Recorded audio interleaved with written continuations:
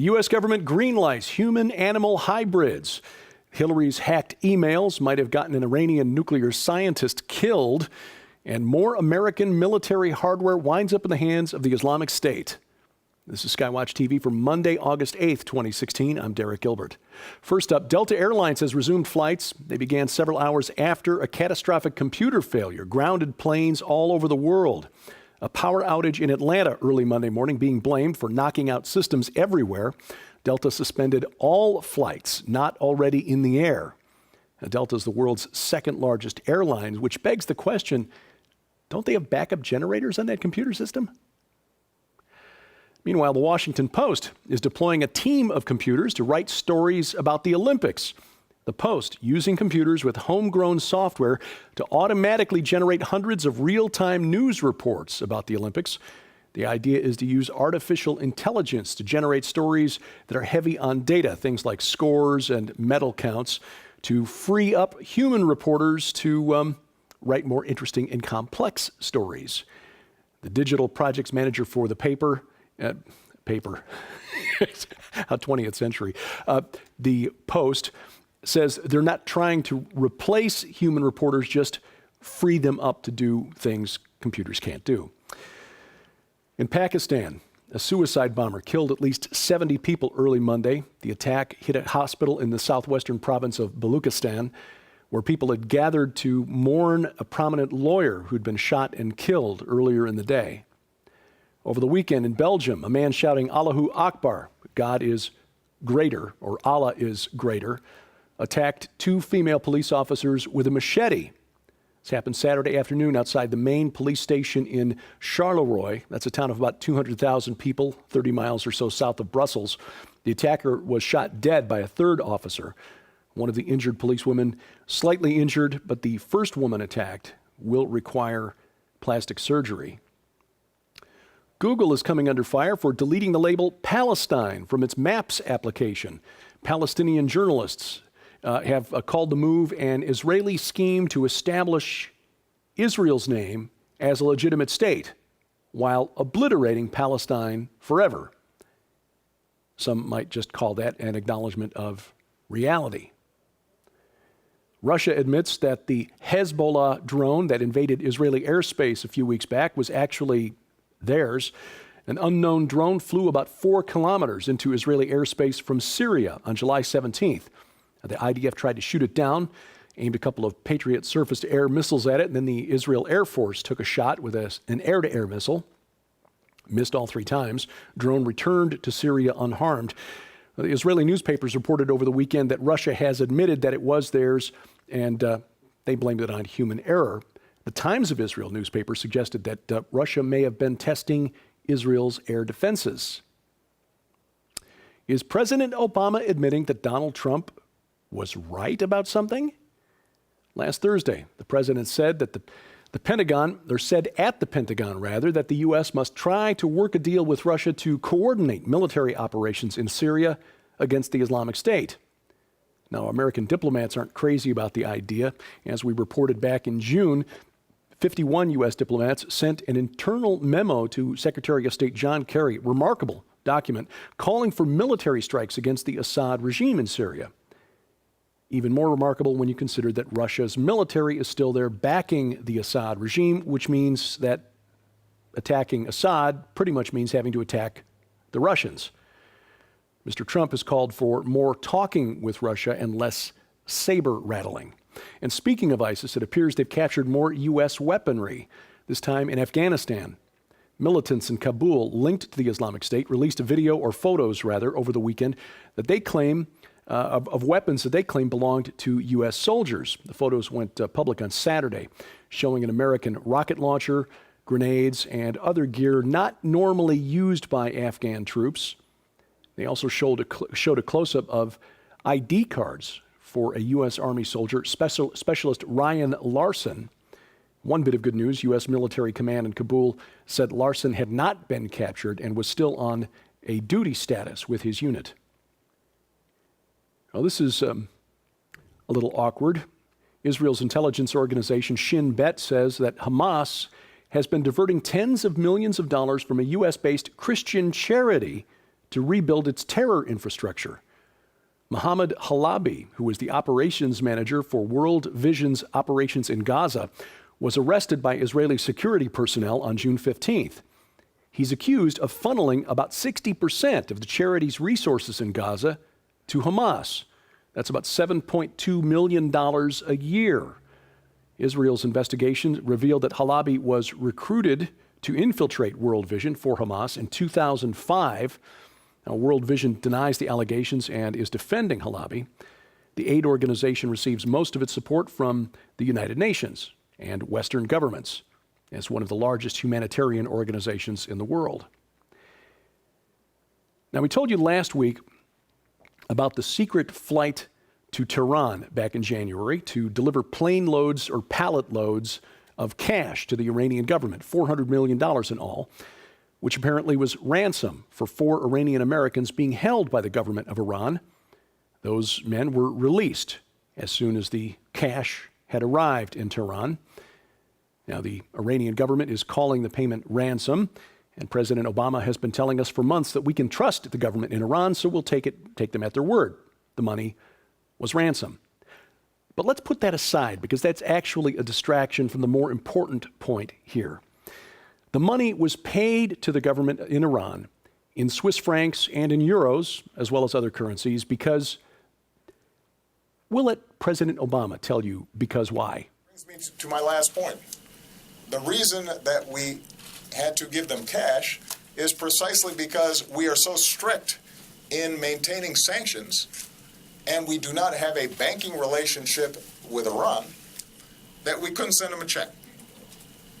And we could not wire the money.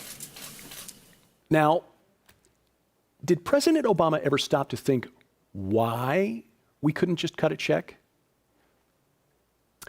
If he didn't think to ask, it's because he probably already knew the answer and he didn't like the answer. What is that answer, you ask? Well, I'm glad you asked. The answer is that under U.S. law, that payment, whether you call it ransom or not, is a felony. We do not have a banking relationship with Iran because of sanctions against the government of Iran, the sanctions that President Obama mentioned in that video clip, which are in place because in 1995, President Bill Clinton invoked federal laws that deal with national emergencies caused by foreign aggression. Clinton concluded that Iran was a state sponsor of international terrorism. This was before Iran sponsored the 1996 bombing of the Khobar Towers in Saudi Arabia that killed 19 American servicemen. That state of emergency has been renewed by American presidents every year since 1995, which means that President Obama has been renewing that state of emergency caused by Iran every year since 2009. And because that state of emergency is in effect, anti-terror sanctions against Iran are in effect. The ones that prevent our having a banking relationship with Iran, as President Obama himself noted during that press conference. So what he was actually saying was this: we had to go to extraordinary lengths to deliver pallet loads of foreign currency to Iran, not because sending them US dollars is illegal, but because sending funds of any kind to Iran is illegal under US law. And by the way, so is providing material support to terrorists, which, according to the president's renewal of the state of emergency against Iran, that $400 million most certainly is. So forget the argument over whether we're going to call that payment ransom or not. However you color it, it's still a violation of federal law, even if you're the president. And while we're talking about Iran, we bring this to your attention. A nuclear scientist who claimed he was abducted by the CIA has been executed by Iran. Shahram Amiri disappeared while he was on a religious pilgrimage to Saudi Arabia in 2009. The Iranian authorities alleged at the time that he'd been kidnapped by Saudi, Israeli, or U.S. intelligence. Amiri reappeared a year later in Washington, D.C. at the Pakistani embassy, asking to speak to the official in charge of the Iranian interests section. Iran doesn't have an embassy in the U.S., no diplomatic relations. Amiri claimed that he'd been abducted and interrogated by the CIA under duress and forced to reveal Iranian nuclear secrets. U.S. officials claimed that he had defected on his own in exchange for a promise of $5 million for those nuclear secrets. Well, U.S. officials said he was free to return to Iran, and he did, received a hero's welcome in Tehran on July 15th of 2010. However, he was arrested by Iranian police the following spring outside his home and charged with treason, tried in secret, convicted, and apparently hanged. His family over the weekend confirmed that they'd received his body from the Iranian government. But the strange twist to this story is that on Sunday, in an interview, Arkansas Senator Republican Tom Cotton said that Amiri was mentioned in a number of emails found on Hillary Clinton's private unsecured email server. Those emails date to about 9 days before he returned to Iran and was subsequently arrested. Now, it's not clear if those emails actually led to the government in Iran arresting him, trying him, and executing him. But it does, at very least, raise questions about what other information might be in the hands of foreign governments that they pulled off of Hillary Clinton's unsecure private email server. And while this may be a coincidence, I'm not really much of a coincidence theorist. So again, I bring this to your attention just so you can add these data points into the mix as you try to decide what this all means. The lead attorney in an anti-Clinton fraud case was found dead on his bathroom floor by his girlfriend last week, Tuesday. On July 2nd, Sean Lucas served the Democratic National Committee with papers in a fraud class action suit. He was representing supporters of Senator Bernie Sanders against the Democratic Party. Now, this is the third mysterious death linked to the Democratic Party, the Democratic National Committee, and or Hillary Clinton in the last 3 months. On July 8th, 27-year-old DNC staffer Seth Rich was murdered in Washington, D.C. His killer took nothing, left his wallet, watch, and phone. There are rumors that he was on his way to talk to the FBI about corruption within the Democratic Party. And Mike Flynn, the big government editor for Breitbart News, his final article was published in late June, titled "Clinton Cash, Bill Hillary Created Their Own Chinese Foundation in 2014. Flynn reportedly died of a heart attack in Washington, D.C. shortly after that was published, at the age of 48. Now, I know that happens. Again, just bringing it to your attention for your consideration. In other news, the U.S. government is looking into funding research into human-animal chimeras. The Department of Health and Human Services last Thursday said labs mixing human stem cells with animal embryos could soon get taxpayer funding. HHS is requesting public comment on its plan to begin public funding of this work, which it said could result in creating animals with human organs for transplant, among other things. Are Torah codes pointing to a devastating comet impact next week? Well, within the next 6 weeks, rather. Rabbi Meditayu Glazerson has published new Torah code tables linking Nibiru, a destructive astronomical body, and the dates September 23rd and 24th. Now, I should point out that earlier this year, Rabbi Glazerson published other tables that suggested Nibiru would be arriving between March 24th and April 30th, and of course that didn't happen. But the rabbi, in a second video, published about a week ago, said that the reference to Nibiru could indicate a punishment for President Obama and the United States for pressuring Israel to give up settlements. And another astronomical body in the news causing some distress. The asteroid named Bennu is the target of a NASA mission scheduled to launch next month. The probe NASA's launching is called OSIRIS-REx, or Osiris the King.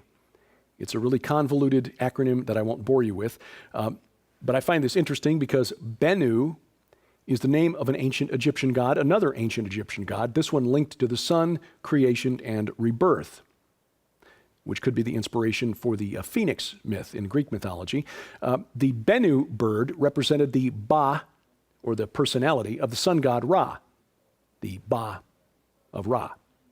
And then its call called creation into existence. The link to Osiris is because of its symbol as a symbol of rebirth. And so, again, we've got this Egyptian mythology thing going on here, which I'm sure is just a coincidence. Nobody at NASA actually planning all this out, right? OSIRIS-REx is supposed to meet Bennu in 2018 and take samples of its surface before returning to Earth in 2023. There is a chance that when Bennu passes by Earth in 2035, its orbit may be deflected enough. It's a small chance, but there's a chance that if it hits a so-called keyhole, its orbit could be deflected enough to hit the Earth in 2185. Now, astronomers say that a space rock needs to be at least 0.6 of a mile across to be catastrophic on impact.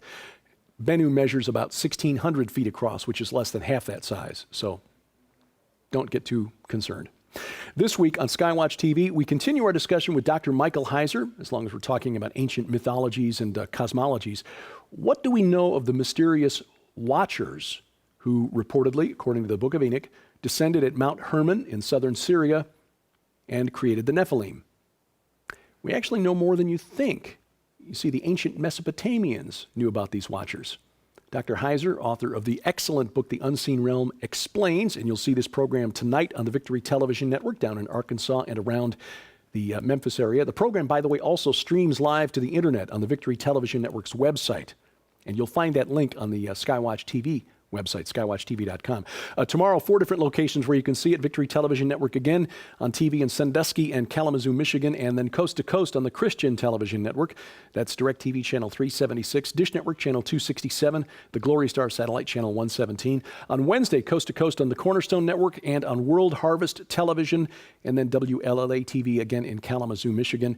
And then Saturday, Victory Television Network and WCLF TV in Tampa, St. Pete.